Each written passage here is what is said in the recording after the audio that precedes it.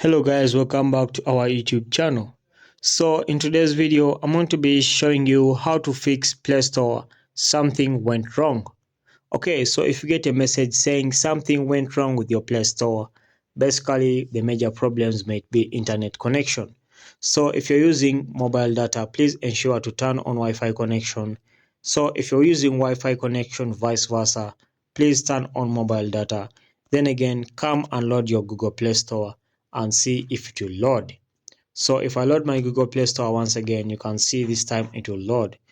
But however, if this solution doesn't work for you, please come to your settings application, then look for apps, again select apps, then select Google Play Store, then come to storage over there, then come to clear cache. Okay, so when you clear the cache of your Google Play Store, next time you open your Google Play Store, it won't say something went wrong. It will automatically open up. Okay, so that's how to do it, guys. If you found value in this video, please consider subscribing and hit the like button. We shall meet in the next video.